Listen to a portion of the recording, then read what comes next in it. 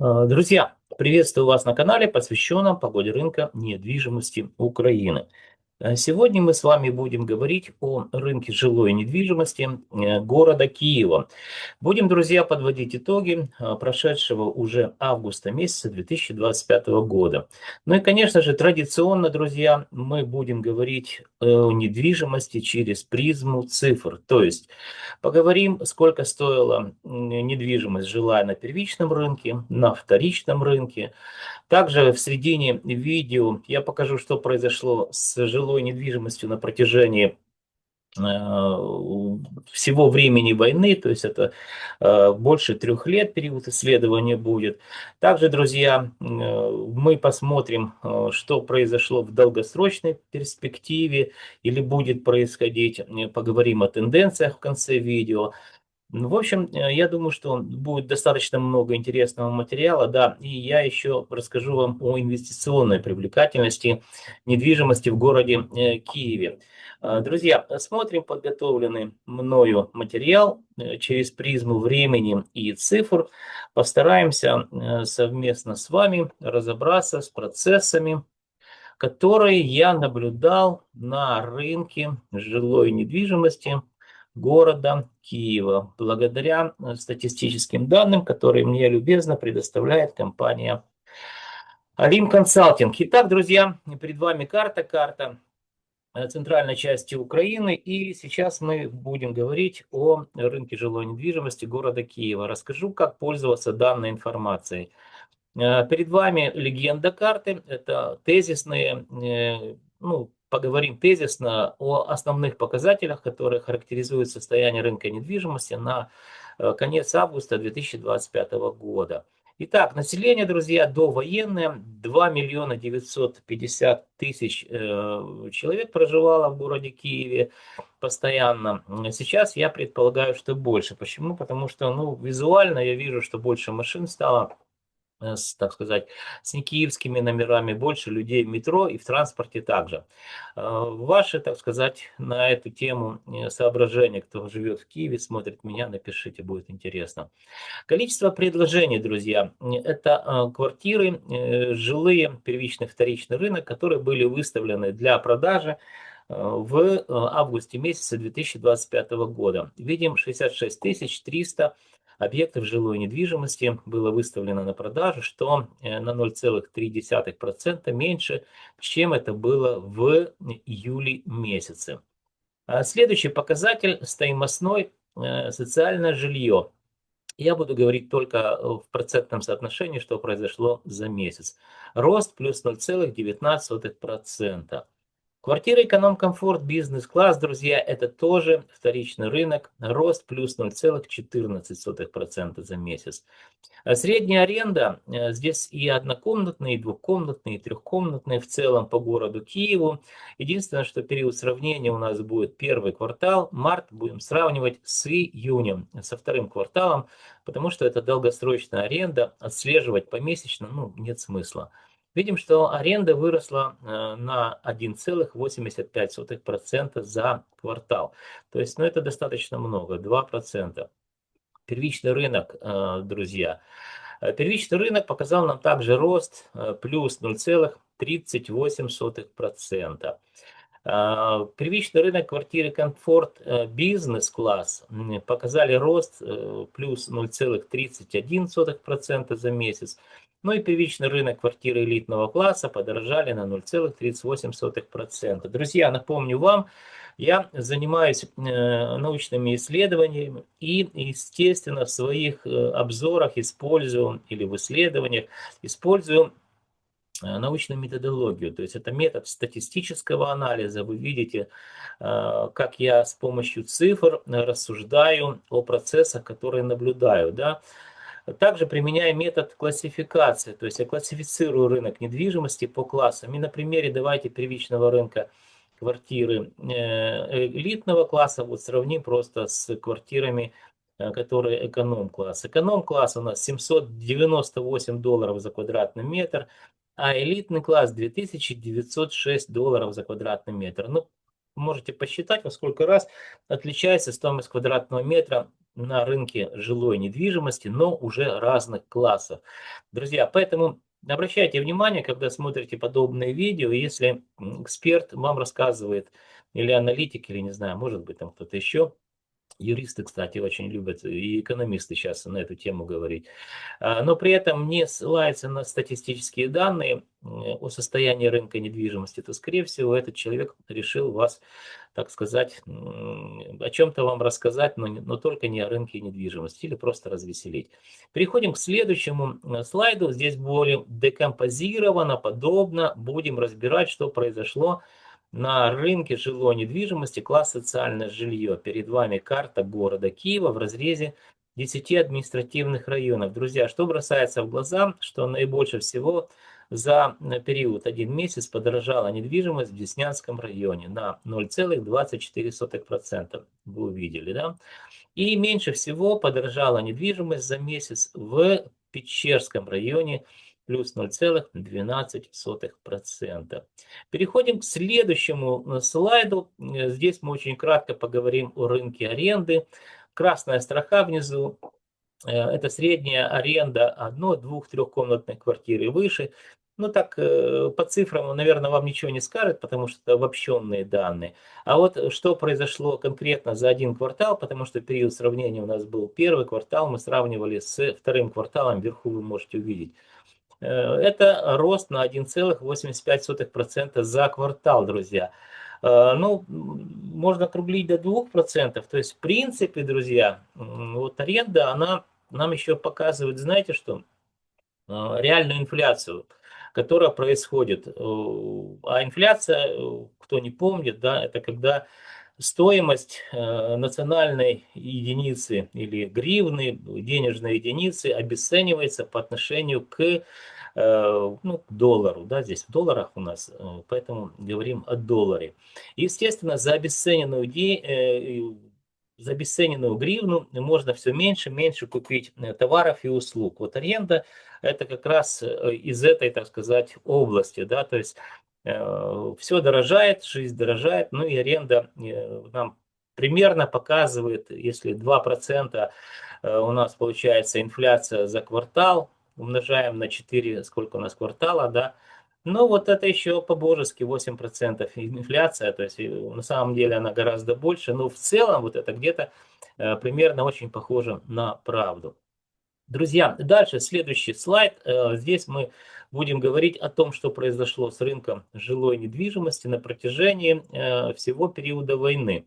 То есть по вашим просьбам я уже публикую это достаточно давно. И мне самому, так сказать, интересно видеть эту динамику. Итак, период сравнения у нас март 2022 год. Напомню, что война началась у нас в феврале 2022 года, 24 февраля. Здесь у нас поквартальные исследования. Ну и, конечно же, вот здесь последнее. Это помесячные уже я буду показывать вам. Раз, два, три, четыре, пять, шесть. Ну вот на протяжении полугода рынок недвижимости стал показывать рост. И я помесячно показываю, как это происходит. Итак, в марте 2022 года 1121 доллар стоимость квадратного метра. Соответственно, первый год войны, там порядка 8% снижения мы увидели в стоимости квадратного метра. То есть в первый год войны динамика, ну, такая ощутимая была снижение. 2023 год, второй год войны, здесь мы увидели, о чудо, также стала стоимость квадратного метра незначительно расти, где-то вот она, так сказать, чуть-чуть снизилась, но в целом можно характеризовать, как рынок недвижимости встал на паузу. Помните, Конституцию у нас поставили на паузу, почему бы рынок недвижимости тоже не поставить на паузу? Скорее всего, это сделали продавцы, это было связано, что в 2023 году из каждого утюга нам говорили, что война закончится, кофе в Ялте на набережной пьем, ну и так далее. Понятно, что продавать во время войны, ну, себе дороже, да, а кто-то перестраховался, даже поднял стоимость квадратного метра своей квартиры, которую человек предполагал продать. Я предполагаю, что именно с этим во второй год войны, когда планомерно разрушалась экономика, планомерно украинские города подвергались обстрелам, бомбежкам, а рынок недвижимости вот с какого-то перепугу тут даже начал чуть-чуть расти. Дальше, 2025 год, друзья. вернее 24-й, третий год войны, мы увидели снижение порядка 10%, там, ну 9% с копеечками. Можете посчитать, рэперные точки есть. То есть рынок недвижимости продолжил свое снижение. Но это не удивительно. Третий год войны, экономика реально находится в очень и очень плачевном состоянии. И, о чудо, четвертый год войны. Что мы, друзья, видим? Мы видим, что стоимость квадратного метра, как в 2023 году, стала медленно и уверенно ну, показывать динамику роста. Это незначительная динамика, ну посмотрите, да, по цифрам, но все равно как бы мы ее фиксируем. То есть очень похожая ситуация на 2023 год. Вспомню, в 2023 году нам говорили, война быстро закончится, кофе в Ялте на набережной. Вот здесь я предполагаю, в январе появился 2025 года новый геополитический игрок, это президент Соединительных Штатов Дональд Федорович, который, в общем-то, сказал, что война закончится за один день, потом за месяц. Ну, в общем, как всегда, наговорил 30 бочек арестантов, как в этих американских боевиках. Но, так или иначе, на людей, я предполагаю, что это все-таки подействовало. Ну, люди социальные животные, тем более война реально всех достала. Всем хочется, чтобы это быстрее закончилось. И, конечно же, продавцы – это их не хотелки всего лишь. С помощью, так сказать, с подсказки, возможно, риэлтора, возможно, сами решили, в общем-то, что их недвижимость почему-то стала дорожать. Напомню вам, это было бы логично на первичном рынке, где продается недвижимость за гривну, а гривна обесценивается. Вот на вторичном рынке, друзья, все продается за доллары или за евро. Ну, кто не верит, можете, так сказать, переспросить у риэлторов, они вам подтвердят. В договорах купли-продажи пишется стоимость в гривне, налоги берутся в гривне, а на самом деле продается все в долларах. Так вот, именно по этому стоимость, а так как доллар у нас, помните, гривна обесценивается по отношению к доллару, да, то здесь вот предпосылок к росту абсолютно никаких нет, но мы его фиксируем, этот рост, и я вам, так сказать, о нем говорю. Так, чтобы опять было подвести итоги, и понятно, что произошло за период войны на территории Украины с недвижимостью в городе Киеве. Я для вас внизу подготовил такую табличку. Мы видим, что за весь период войны недвижимость подешевела на 6,42%. Ну, вот это рэперная точка и вот это. Можете посчитать сами. И выйдете вот на эту цифру. То есть это незначительно, всего лишь на 6,5%. То есть это очень-очень немного. Переходим к следующему слайду. Здесь мы будем говорить о вторичном рынке. Это у нас комфорт бизнес-класс. Напомню, 1449 долларов за квадратный метр и рост плюс 0,14%. Это в целом по городу. Вы можете посмотреть, что происходило со стоимостью квадратного метра в долларах стоимость, да? А вот здесь в процентном соотношении рост стоимости. Переходим к следующему слайду. Здесь у нас будет уже первичный рынок и квартиры эконом-класса 798 долларов подорожали на 0,38%. Но помните, я вам уже говорил о первичном рынке, то есть по логике того, что происходит, гривна обесценивается, товары и услуги дорожают.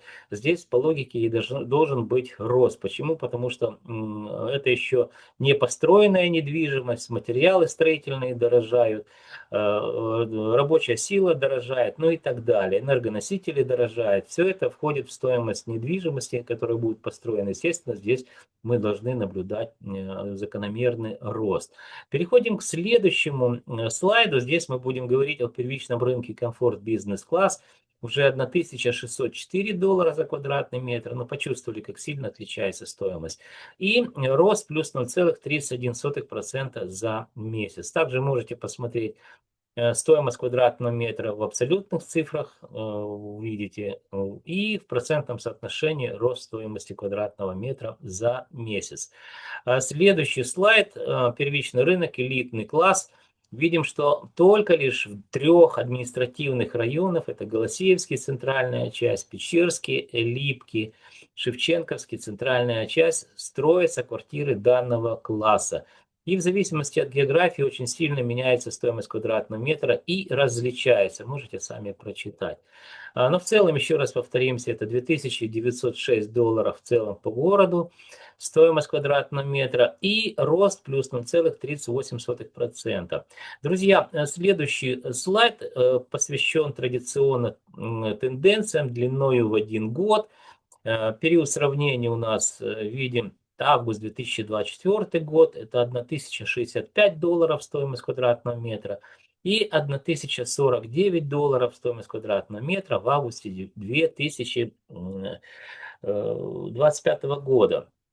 Что показало нам совершенно незначительное снижение в годовом измерении, минус 1,5%, то есть 1,5%. Друзья, мы также готовим индексы. Индексы показываю внизу. Он отрицательный 0,985. Что такое индекс? Индекс – это макроэкономический показатель, который характеризует изменение стоимости, в данном случае квадратного метра, во времени, и социальное жилье я привожу в пример. Считается он очень просто. Делим 1049 на 1065 и получаем или снижение в процентном соотношении, или вот этот отрицательный индекс 0,985. Друзья, на протяжении многих лет мы готовим индексы для крупных системных банков Украины, национальных в том числе, для иностранных банков, которые работают на территории Украины. Я знаю также, что меня смотрят фокус-группа люди, которые работают в финансовых учреждениях. Как правило, это управление по рискам или риск-менеджменту, в разных банках по-разному. Люди данной профессии по крупицам собирают информацию о вот этих процессах, которые я вам показываю на примере социального жилья, всего лишь одного класса рынка недвижимости. Друзья, вы как никто знаете, как меняется стоимость денег во времени, а я один из немногих знаю, как меняется стоимость квадратного метра недвижимости во времени также. Поэтому вот наша с вами синергия знаний, да, она поможет и вам облегчить ваши бизнес-процессы и бизнес-процессы компании Lim Consulting, к которой я имею непосредственное отношение. Итак, друзья, для того, чтобы со мной связаться, вам просто надо найти мой телефон Viber в описании YouTube канала, позвоните, напишите, составим техническое задание. Раз в квартал будем делать исследования, и у вас будет полная картинка по всем сегментам рынка недвижимости, что происходит с залоговой недвижимостью, под которой ваше финансовое учреждение выдало какие-то финансовые ресурсы или средства. Да? Итак, друзья, это была реклама, без нее никак нельзя. Запомнили снижение в годовом измерении на 1,5%. И переходим, друзья, к следующему слайду. Здесь поговорим о инвестиционной привлекательности. Я, как всегда, есть, нашел. Однокомнатная, на примере однокомнатной квартиры класс социальное жилье. Итак, давайте на примере вместе с вами проведем эксперимент, потому что мне многие говорят: Андрей, да вот у тебя там какие-то цифры, да они вообще не соответствуют ничему, ни рынку, ничему не соответствуют, сам себе где-то придумываешь их, публикуешь и типа это самое. Это ни о чем. Давайте на примере, вот я специально оставил график, рисунок, тот, который у нас был, и мы его рассматривали подробно, класс социальное жилье, увидим, у нас 8 месяц, стоимость квадратного метра, давайте вместе прочитаем, $1049. И вот предположим, что у вас есть какая-то сумма денег, и вы хотели бы приобрести квартиру и получать пассивный доход с приобретенной квартиры, то есть инвестировать в недвижимость. И вот сейчас мы подробно, очень пошагово, так сказать, с цифрами разберемся, выгодно или же невыгодно. Напомню вам, что однокомнатная квартира, класс социальное жилье, стоит, вернее, в метраже где-то порядка, 40 метров, это самый большой метраж. Умножаем данную цифру 1049, видим, да, умножаем на 40 квадратных метров. И, друзья, что получаем? Получаем где-то порядка 42 тысяч. Округлили в большую сторону. Это стоимость однокомнатной квартиры, друзья, напомню вам. Можете поюзать, в общем-то, интернет-сайты, которые публикуют предложения для продажи. Я думаю, что вы без труда найдете в городе Киеве квартиры стоимостью 42 тысячи. Я думаю, что вы и меньше стоимостью найдете. Но мы берем такую среднюю, так сказать, среднюю стоимость в целом по городу Киеву. Понятно, что в центре будет дороже стоить, на окраине, там где-то Борщеговка будет дешевле, на Троещине тоже, наверное, можно дешевле найти. Но в целом, чтобы вы просто понимали, как посчитать пассивный доход. Итак, предположим, у вас есть 42 тысячи, не знаете вы, куда их деть. Ну, такое бывает, наверное, да. Хотя я говорю это с сарказмом, вы же понимаете. И у вас есть возможность или отнести эти деньги в банк, финансовое учреждение Украины, которое на территории Украины, и в депозит, да, положить на депозит. И вы с ужасом для себя узнаете, что там 1-1,5% в годовом, мы сейчас говорим о долларах, если вы в долларах положите эти, ну, откроете депозит, то вы в годовом измерении получите всего лишь 420 долларов. 42 тысячи долларов, год будет банк пользоваться, получите всего лишь 420 долларов. Ну, можете себе представить, какие огромные риски, да еще и во время войны. То есть, ну, это точно не вариант.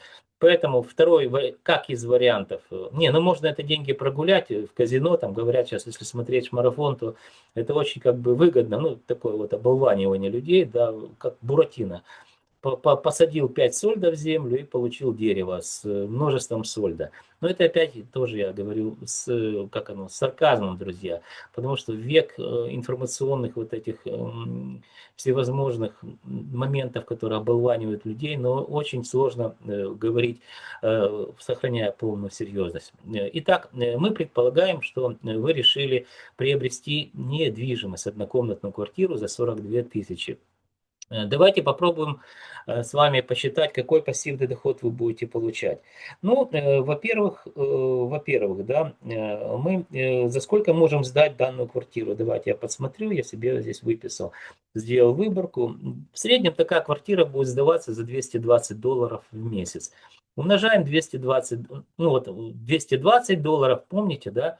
И 420 долларов за год, если на депозит положите. А тут в месяц только 220. Умножаем на 10 месяцев, получаем что, друзья? 2200. Это пассивный доход, пока мы говорим о доходе, не о чистом операционном доходе, а именно пассивный доход без вычетов. Почему 10 месяцев, друзья? Ну, потому что кто сдает в аренду, тот знает, что практически не бывает или бывает очень и очень редко, когда ваша квартира на протяжении многих лет может сдаваться все 12 месяцев. Обычно люди съезжают, придется искать другого квартиранта. В общем, ну, целая история. И реалистический вариант – это 10 месяцев в году она будет приносить вам доход. Поэтому я посчитал именно 10 месяцев. Итак, 220 тысяч, ой, вернее, 2200 мы это с вами зафиксировали. Это в год вы получаете столько. А теперь давайте посмотрим, а много ли это или мало от 42 тысяч. Это, друзья, ну, я вам скажу, вот здесь я посчитал, это порядка 5,3% в годовом измерении. То есть вот такой доход вы будете получать. Мы сейчас говорим всего лишь о доходе, не считаем затратную часть. Опять же, запомнили, почему это важно. Ну, я сейчас в процентах буду говорить, так удобнее, наверное, и вам будет. То есть 5,3% это, в общем-то, ваш пассивный доход. Если мы посчитаем или вспомним, какие налоги вы должны будете заплатить после того, как сдаете в аренду квартиру, первый налог на недвижимость. Он возникает тогда, когда ваша семья пользуется недвижимостью, которая превышает 120 квадратных метров, ну, по крайней мере, в каждом городе разный этот налог, местные горсоветы устанавливают. В Харькове, по-моему, там этот налог отменили на период войны и правильно сделали. Но, опять же, если у вас семья живет в 70 квадратных метров, а это трехкомнатная квартира, тоже класс социальное жилье, будем привязываться к социальному жилью. Плюс купили 40 квадратных метров, ну никак не 120, то есть этот налог вы не будете платить, очевидно. Второй налог, который вы должны будете заплатить, это если вы по неосновному месту работы, как физлицо, получаете доход, вы должны, так сказать, пойти настучать на себя в налоговую инспекцию и по ставке 18% годовых от того дохода, который вы получаете, заплатить там до 1 апреля, по-моему. Но это было до войны, сейчас я просто не отслеживаю, это не, ну, для меня это просто не актуально. Так вот, скорее всего, друзья, ну, настучать на кого-то вы, наверное, опять же, я с сарказмом говорю, наверное, это можно, да, на соседа особенно. А вот как бы на себя, да, в налоговую еще, да, чтобы заплатить за это деньги, я думаю, что вряд ли найдется здравомыслящий человек, проживающий на территории Украины, который это сделает. Поэтому рынок аренды у нас, друзья, ну реально находится, у нас, я имею в виду в Украине, да, не только в городе Киеве, находится, реально находится, ну, 90%, наверное, в тени. За исключением, если вы профессионально занимаетесь арендой, то есть вы открываете тогда ФОП и выбираете там процент в зависимости от поступления денежных средств, которые вы там планируете. И там первая, вторая, третья группа, да. И уже платите налоги государству, как бы легализуете свой вид деятельности. Но это, опять же, для профессиональных риэлторов, которые действительно занимаются профессиональным управлением недвижимости. Поэтому для себя мы выяснили, что уже первый, второй налог вряд ли вы будете платить. Остается что? Усушка утруска, амортизация, то есть квартиру нельзя эксплуатировать достаточно долго без ремонта. Но с учетом того, что мы говорим о социальном жилье, скорее всего, ну, обои поклеить, там, диванчик поменять раз в 5 лет, это не очень-то большие деньги на самом деле. И, по сути дела, ну вот, наверное, это все, что вы потратите при сдаче в аренду квартиры. То есть от 5,3% убираем вот эти 0,3, 5% в годовом измерении это у вас уже чистый операционный доход. То есть это деньги с вычетом тех затрат, о которых мы с вами очень и очень подробно поговорили. За свет, газ, воду, мне кто-то пишет, платят люди, которые снимают у вас аренду, это логично, сколько он нажег света или они, да, потратили воды, столько они и заплатили. То есть это уже не головная боль человека, который сдает в аренду. Итак, 5% в годовом измерении. Много ли это, друзья, или мало? Да, через 19 лет, посмотрел, вы вернете себе эти 42 тысячи, возврат инвестиций, в виде получения вот этого пассивного дохода. Через 19 лет вы вернете 42 тысячи долларов. Ну, во время войны это как бы так себе, 19 лет, но многие из нас не доживут. Но в любом случае это более, так сказать, интереснее, чем просто положить деньги в банк и, так сказать, подвергаться несопоставимым рискам, где можно просто потерять деньги. А теперь много ли мало 5% годового дохода, друзья? Ну, на самом деле мы все стремимся в Европу, и я так подсмотрел, стоимость денег на внутреннем рынке в Европе, Евростат дает 4-4,5%. Что такое стоимость денег на внутреннем рынке финансовых услуг? Это, ну, оттолкнемся от названия базового, такого, как в Украине. То есть Национальный банк устанавливает учетную ставку денег, под которой он кредитует уже участников финансового рынка. Это коммерческие банки, то есть в Европе это также происходит, то есть 4-4,5. Но возьмем 4,5% по верхнему, так сказать. В каждом государстве по-разному. Возьмем 4,5%. Это учетная ставка в Европе, да, или в одном из европейских государств. А уже коммерческие банки кредитуют в свою очередь там под 5, под 6, ну больше 7% я не видел. То есть я вам рассказал, что такое учетная ставка. То есть еще раз напомню, это стоимость денег в Европе, куда мы стремимся, 4,5, а у вас чистый операционный доход получается 5, что в общем-то уже больше, чем в Европе. То есть я ни к чему не призываю, друзья, ни покупать, ни сдавать, ни продавать. Я просто с помощью, так сказать, статистических данных вместе с вами, надеюсь, рассуждаю о том, выгодно это или невыгодно. А вы выводы сами сделайте. Дальше, друзья, давайте посмотрим, что произошло в целом по рынку предложений. Опять же, будем сравнивать верхний график с нижней табличкой Excel. Так вот, мы видим, что за 12 месяцев рынок недвижимости по предложениям, это для продажи, которые выставляются квартиры, предложения для продажи, правильно так, снизился на 1,5%. А вот за тот же период, ну, здесь у нас август месяца, еще что он не наступил, поэтому я сравниваю шестой месяц, июнь 2025 с июнем 2024 года. А здесь мы видим, что аренда выросла на 6,83%, на 7% в годовом измерении. Ну, то есть почувствовали, да, разницу?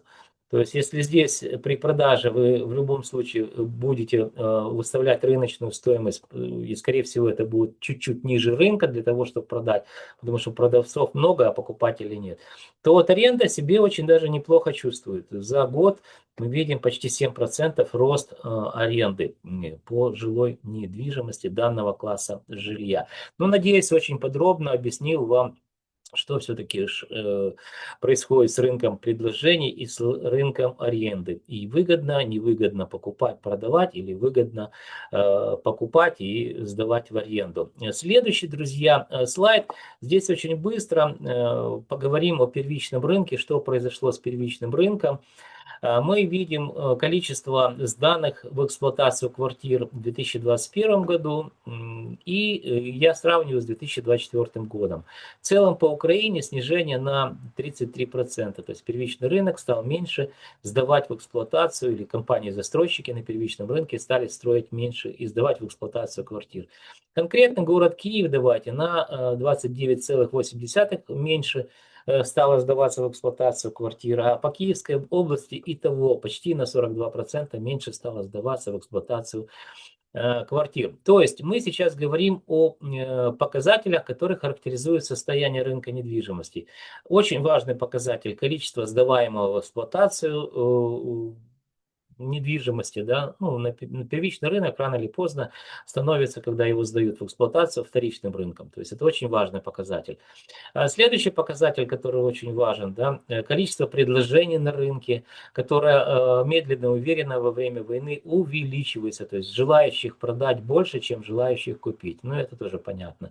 Третий показатель, который характеризует состояние рынка недвижимости, это, в общем-то, стоимостной показатель. Мы видим, что за год стоимость квадратного метра снизилась всего лишь до 1,5%. Ну и теперь подходим уже подвели итоги, поговорим о прогнозах. Я закрываю пока слайдов. Ну вот видите, друзья, закончился еще один месяц, и я очередной раз говорю, что я каждый месяц свои прогнозы, так сказать, корректирую. Почему? Потому что, ну, очевидно, я могу предполагать, а то, что происходит, вы видите, для меня это необъяснимые, по крайней мере, вещи, которые, ну, с точки зрения логики. Для прогнозов я использую метод многофакторного анализа, когда я смотрю на рынок недвижимости через призму экономических показателей, которые характеризуют развитие экономики, в данном случае города Киева. Есть такое понятие внутренний валовый региональный продукт. Это в открытом доступе вы можете посмотреть, города Киева конкретно. Так вот, там достаточно много вот этих экономических показателей, они еще называются индексы, которые тесно коррелируют с индексом рынка недвижимости, о котором я вам постоянно говорю. И логика очень проста. Заключается в том, что если экономика в разрушенном состоянии, все плохо, то рынок недвижимости должен показывать такую же отрицательную динамику, в данном случае по снижению стоимости квадратного метра. По остальным параметрам он, в принципе, и показывает, что все очень и очень, так сказать, нехорошо. А вот почему последние 6 месяцев это все стало дорожать, я имею в виду недвижимость, здесь это вопрос, в общем-то. На него, хотя я тоже ответил, это внешние такие показатели, которые влияют на рынок. То есть вот Говорили мы про Дональда Федоровича, возможно, это как-то сыграло. В 2023 году я приводил пример, там точно сыграло вот этот внешний шум. А вот внутренняя ситуация внутри экономики, она ну, плачевная. Так как рынок недвижимости, еще раз повторюсь, является естественно сегментом украинской экономики, то ожидать от него роста, в отличие от того, что вся экономика показывает падение, ну, было бы, наверное, не совсем правильно и не профессионально с точки зрения логики. Поэтому я продолжаю предполагать, что по факту мы сейчас видим 1,5%, все-таки до конца года будет, наверное, ну, процента 3. Я все-таки надеюсь, что с сентября месяца мы будем видеть медленно, уверенно, как вот эти ожидания продавцов, риэлторов о том, что стоимость растет, будут, в общем-то, разворачиваться в обратном направлении. И тренд будет на снижение стоимости квадратного метра. Но поживем, увидим, друзья. В начале года я говорил, что в городе Киеве вообще будет снижение на 10%. И все предпосылки были, потому что предыдущий год показал почти 10% снижения стоимости квадратного метра. А на четвертый год войны, когда экономика еще больше разрушена, еще больше, в общем-то, страдает от войны, совершенно нелогично, что стоимость квадратного метра дорожает. Исходя из этого, я, так сказать, и говорил, что будет ситуация такая, как в 2023 году. Но вот видите, на самом деле ситуация изменилась. Но поживем увидим, запомните, порядка 3% до конца года, я предполагаю, что стоимость жилой недвижимости будет снижаться. Итак, друзья, пришло время прощаться. Для того, чтобы вы знали, что происходит с недвижимостью, вам необходимо что сделать? Правильно, подписаться на мой канал. Вы также можете лайки, дизлайки ставить. А еще вы должны помнить, что я ваш скромный слуга. И компания Alim Consulting готовим для вас ежемесячные обзоры рынка недвижимости, которые, я надеюсь, станут для вас компасом, ну или как минимум путеводной картой в каменных джунглях рынка недвижимости Украины. Друзья, до встречи в следующих моих видеороликах.